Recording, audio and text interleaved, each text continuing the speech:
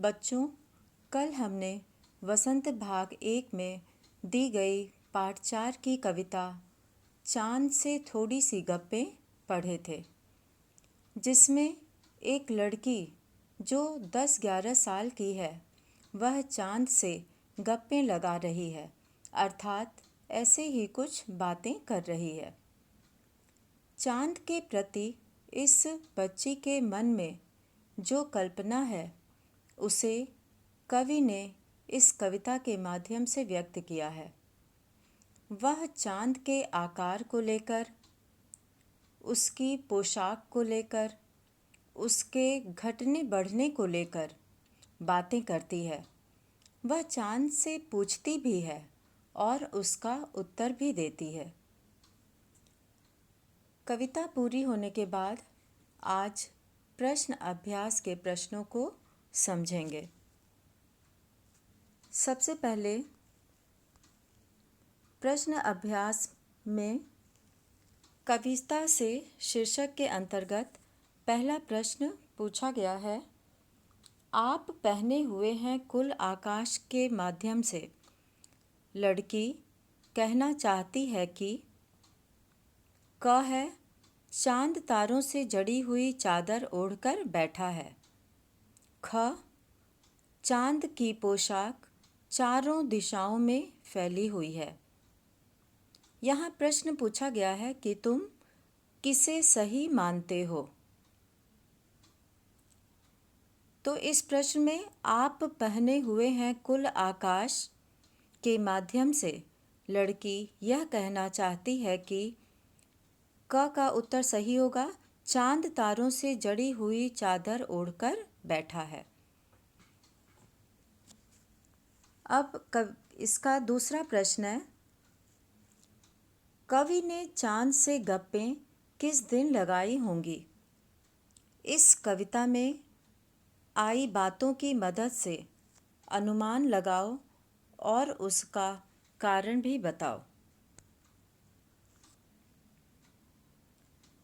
कवि ने चांद से गप्पें अष्टमी से पूर्णिमा के बीच लगाई होंगी।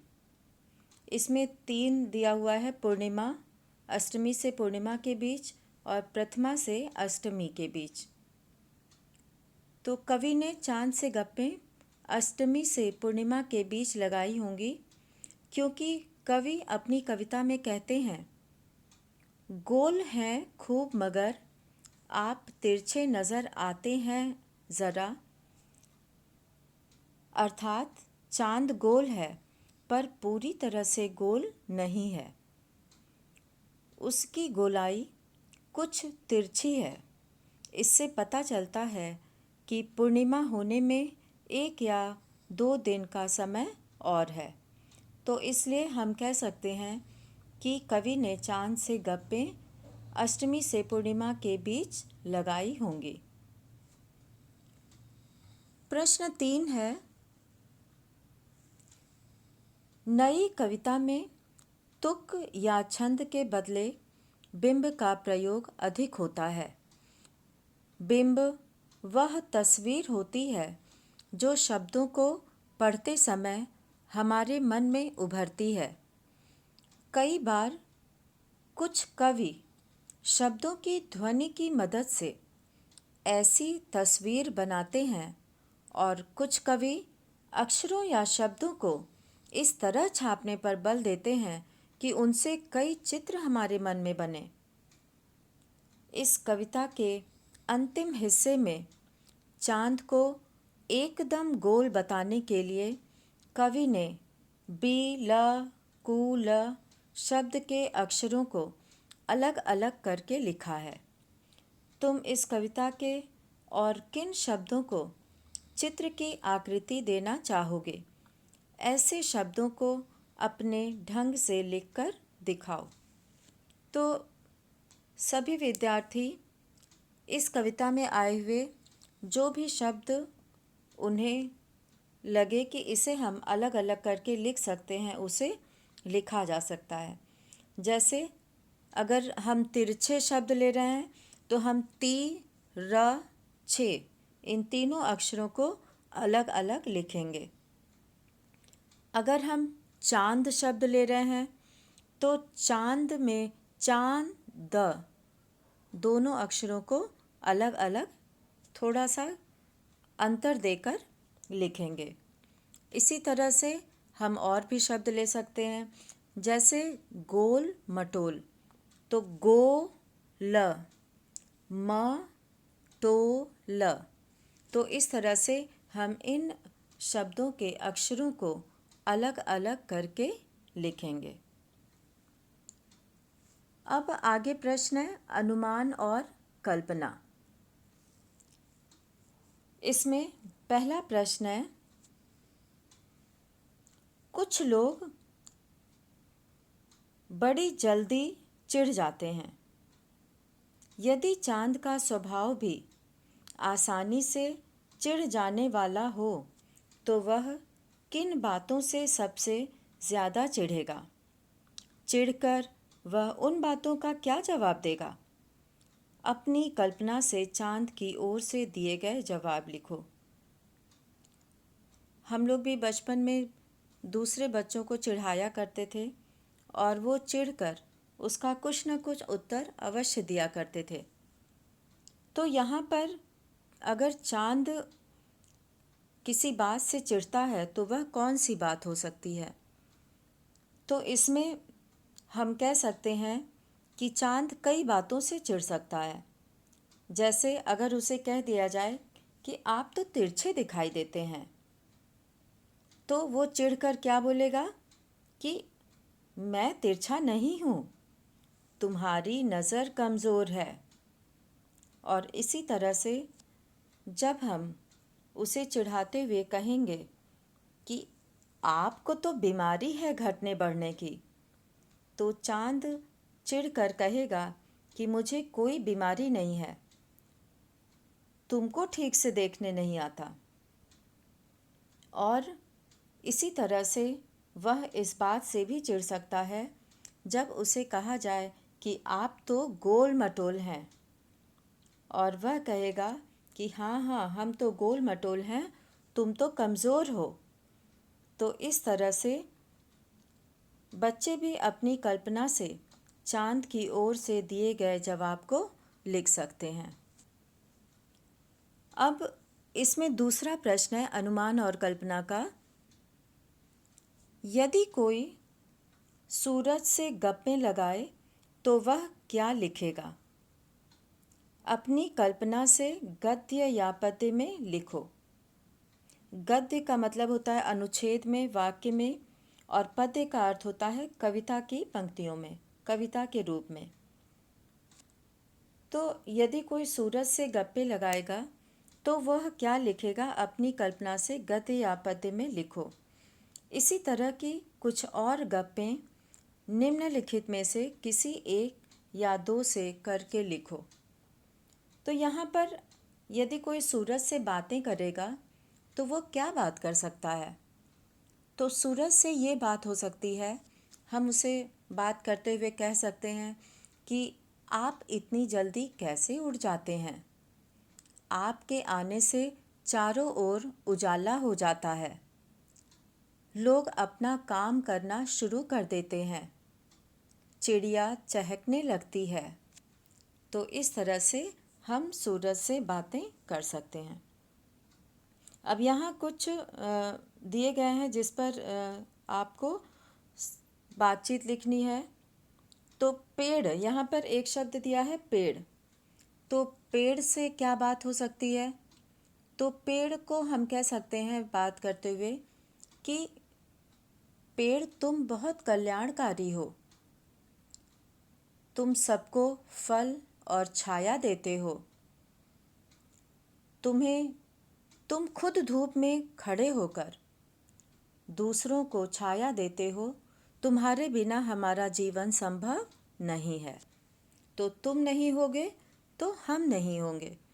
तो इस तरह से पेड़ से बात की जा सकती है। अब दूसरा इसमें दिया है बिजली का खंभा।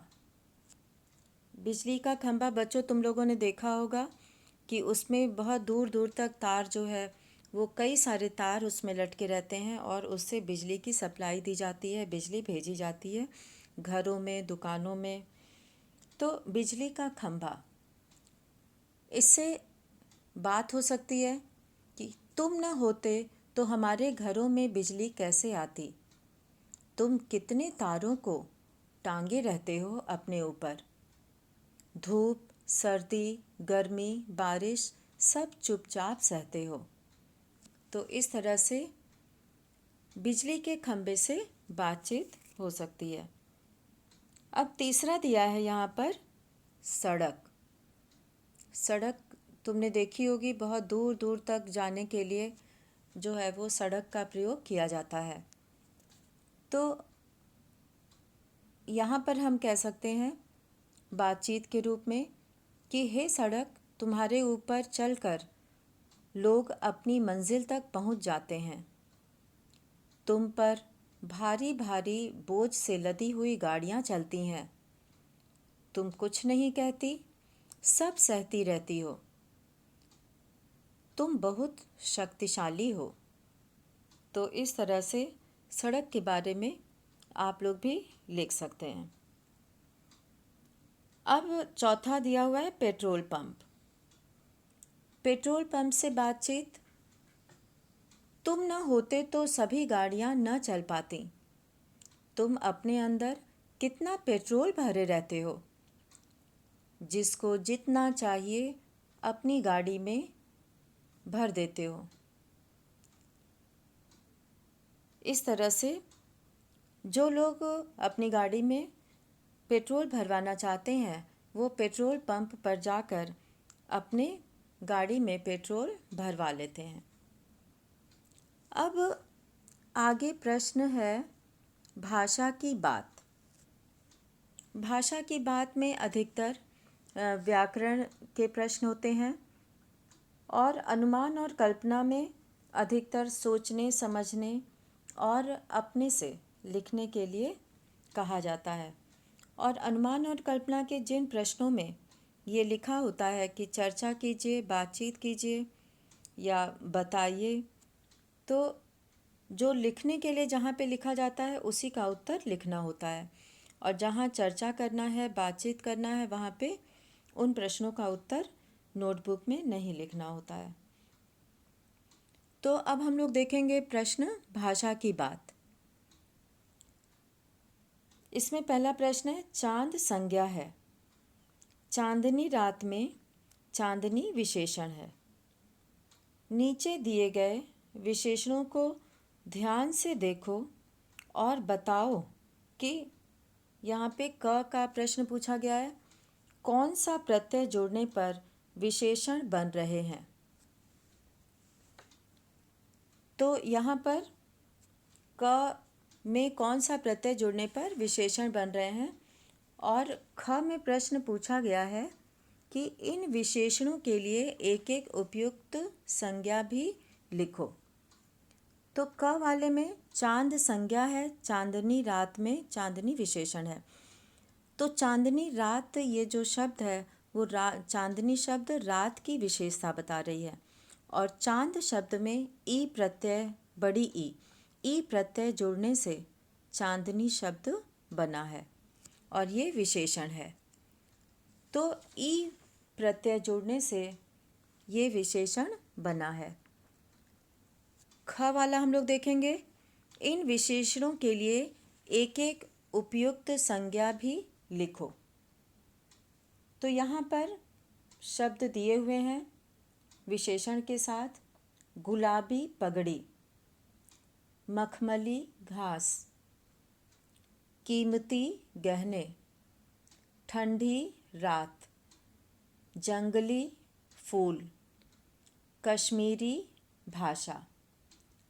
तो यहाँ मूल शब्द गुलाबी पगड़ी में है। गुलाबी शब्द में मूल शब्द है गुलाब और इसमें ई प्रत्यय लगाकर गुलाबी शब्द बना है जो पगड़ी की विशेषता बता रहा है। तो गुलाबी शब्द विशेषण है और पगड़ी विशेष्य है। तो यहाँ पर हम एक संज्ञा लिखेंगे गुलाबी पगड़ी, पगड़ी की जगह पर लिखेंगे गुलाबी साड़ी। तो गुलाब और उसके बाद उसमें ई प्रत्यय जोड़ेंगे गुलाबी बनेगा और पगड़ी की जगह पर एक उपयुक्त संज्ञा लिखेंगे साड़ी, तो बन जाएगा गुलाबी साड़ी। अब दूसरा है मखमली घास। यहाँ मूल शब्द है मखमल और उसमें बड़ी ई प्रत्यय लगाने से मखमली शब्द बना है और यह घास की विशेषता बता रहा है। तो मखमल और ई और घास की जगह पर हम उपयुक्त संज्ञा लिखेंगे चादर, मखमली चादर। इसी तरह से कीमती गहने, तो यहाँ कीमत में ई प्रत्यय लगाने से बना है कीमती और गहने की जगह पे हम लोग लिखेंगे घड़ी, तो बन जाएगा कीमती घड़ी। तो घड़ी की विशेषता क्या होगी कि वो कीमती है, बहुत मूल्यवान है, तो कीमती घड़ी ये बन जाएगा। अब आगे है ठंडी रात। यहाँ रात की विशेषता बताई जा रही है कि ठंडी रात है, तो ठंड मूल शब्द है और इसमें ई प्रत्यय लगाने से शब्द बना है ठंडी, जो विशेषण है, और रात की जगह पर हम लोग लिखेंगे खीर, ठंडी खीर। अब आगे है जंगली फूल। यहाँ पर जंगली शब्द में मूल शब्द है जंगल और ई प्रत्यय लगाने से बना है जंगली, और फूल की जगह पर उपयुक्त संज्ञा हम लोग लिखेंगे जंगली जानवर। तो जानवर कैसा है, उसकी विशेषता क्या है, जंगली है, तो यहाँ पर जंगली जानवर ये शब्द हम लिखेंगे। अब है आगे कश्मीरी भाषा। कश्मीरी भाषा, भाषा की विशेषता है कि वह कश्मीरी भाषा है, तो कश्मीर शब्द में ये मूल शब्द है कश्मीर और इसमें ई प्रत्यय लगाने से बना है कश्मीरी, और भाषा की जगह पर उपयुक्त संज्ञा होगा पोशाक। तो इस तरह से हम लोग कश्मीरी पोशाक लिख सकते हैं। अब आगे प्रश्न 2 में पूछा गया है, यहाँ पे शब्द लिखे हैं गोल मटोल और गोरा चिट्टा। कविता में आए शब्दों के इन जोड़ों में अंतर यह है कि चिट्टा का अर्थ सफ़ेद है और गोरा से मिलता जुलता है, जबकि मटोल अपने आप में कोई शब्द नहीं है। यह शब्द मोटा से बना है। ऐसे 4 शब्द युग्म सोच कर लिखो और उनका वाक्यों में प्रयोग करो। तो यहाँ पर शब्द युग्म का मतलब होता है वे शब्द जिन्हें हम एक साथ जोड़े में प्रयोग करते हैं। तो इसमें ये शब्द हो सकता है जैसे आजकल, मेल जोल, ये शब्द हम लोग एक साथ ही प्रयोग करते हैं। सुख दुख और अच्छा बुरा, तो ये शब्द जो है वो शब्द युग्म कहलाते हैं और इन शब्द युग्मों को वाक्यों में प्रयोग करना है। तो जैसे हमने लिया मेल जोल, तो इससे हम वाक्य बनाएंगे कि हमें पड़ोसियों के साथ मेल जोल रखना चाहिए। अब दूसरा शब्द युग्म है आजकल, तो इससे वाक्य का प्रयोग हो सकता है आजकल खेलने का समय नहीं मिलता है। तीसरा शब्द हम ले सकते हैं सुख दुख, तो सुख दुख से वाक्य बनेगा, आप अपने से भी वाक्य बना सकते हैं, मनुष्य को सुख दुख में एक समान रहना चाहिए। और एक शब्द युग्म है अच्छा बुरा, तो इससे हम वाक्य प्रयोग करेंगे हमें अपना अच्छा बुरा खुद सोचना चाहिए। तो ये थे शब्द युग्म वाले शब्द, और इसी तरह के और भी शब्द होते हैं जैसे दिन रात, तो दिन रात का हम वाक्य प्रयोग कैसे कर सकते हैं? जैसे राजू दिन रात मेहनत करके परीक्षा में पास हो गया। तो ये दिन रात का वाक्य प्रयोग था। ये सभी शब्द युग्म हैं जो एक साथ बोले जाते हैं, प्रयोग किए जाते हैं। अब इसमें तीसरा प्रश्न है, बिल्कुल गोल।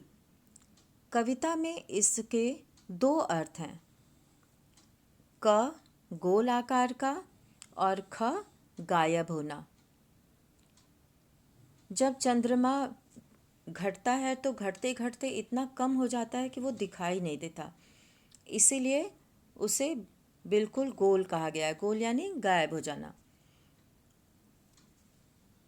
और जब वो उसका आकार पूरा गोल दिखाई देता है तो उसे गोल आकार का कहा जाता है। वो बढ़ते बढ़ते इतना बढ़ जाता है कि गोल आकार का हो जाता है। तो एक का अर्थ हो गया गोल आकार का और एक का अर्थ हो गया गायब होना। तो ऐसे तीन और शब्द सोचकर उनसे ऐसे वाक्य बनाओ जिनके दो दो अर्थ निकलते हों। तो ऐसा शब्द हमें लेना है जिसका दो अर्थ निकलता हो। अब इसके लिए हम लोग शब्द ले सकते हैं, जैसे अर्थ। अर्थ शब्द, जैसे हम लोग किसी कठिन शब्द का अर्थ समझते हैं या कविता का अर्थ समझते हैं, तो अर्थ यानी मीनिंग के अर्थ में। तो इससे अर्थ का एक वाक्य बन सकता है, हमें कविता का अर्थ समझ में आ गया। और इसका दूसरे अर्थ में, अर्थ मतलब धन भी होता है, रुपए पैसे, अर्थ मतलब धन। तो यहाँ पर वाक्य बन सकता है, भारत की अर्थव्यवस्था मजबूत है। अर्थ यानी धन से संबंधित। तो भारत की अर्थव्यवस्था मजबूत है। अब इसी तरह से दूसरा शब्द वर।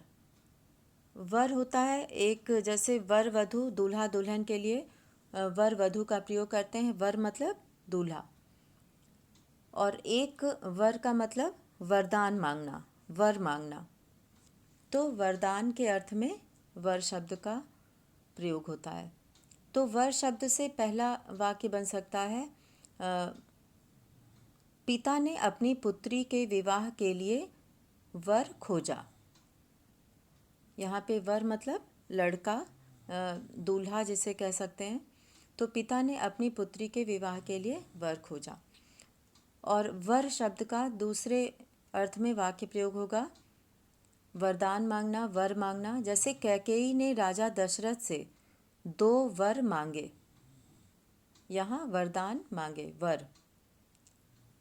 अब तीसरा शब्द हम लोग ले सकते हैं, जैसे सोना। सोना का एक अर्थ सोना होता है, जिसको गोल्ड कहते हैं, और एक सोने वाला, आराम करने वाला, रात में जो हम लोग सोते हैं, सोने के अर्थ में। तो पहला वाक्य इससे बन सकता है, आजकल सोना बहुत महंगा हो गया है। और दूसरा वाक्य सोने का बन सकता है, बच्चों को रात में जल्दी सो जाना चाहिए।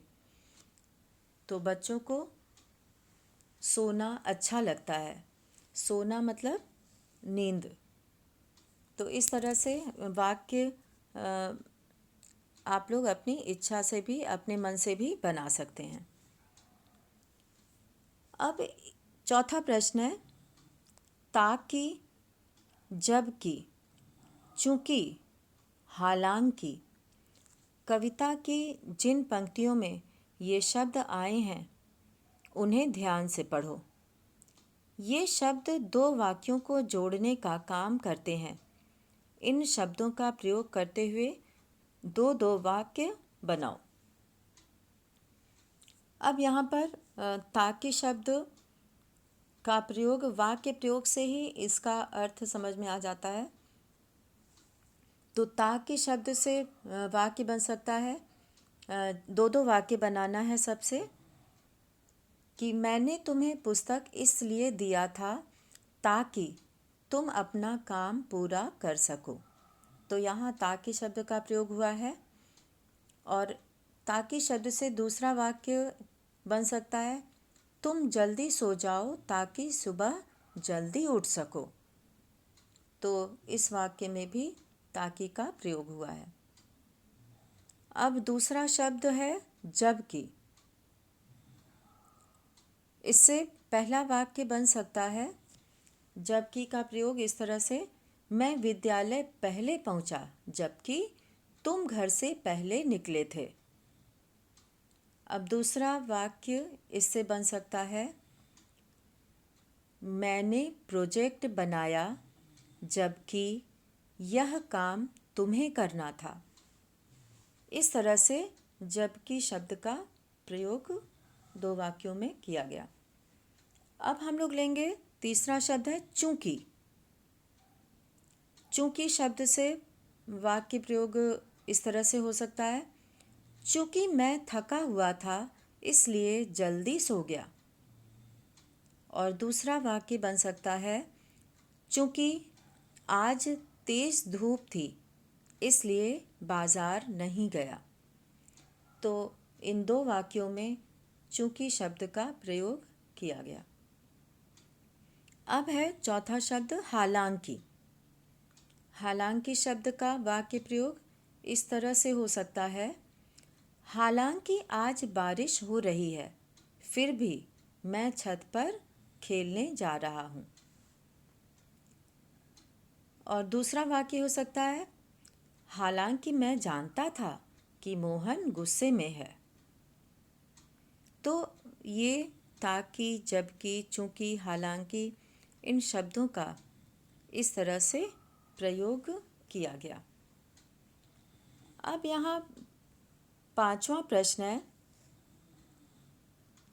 गप, गपशप, गप्पबाजी, क्या इन शब्दों के अर्थों में अंतर है?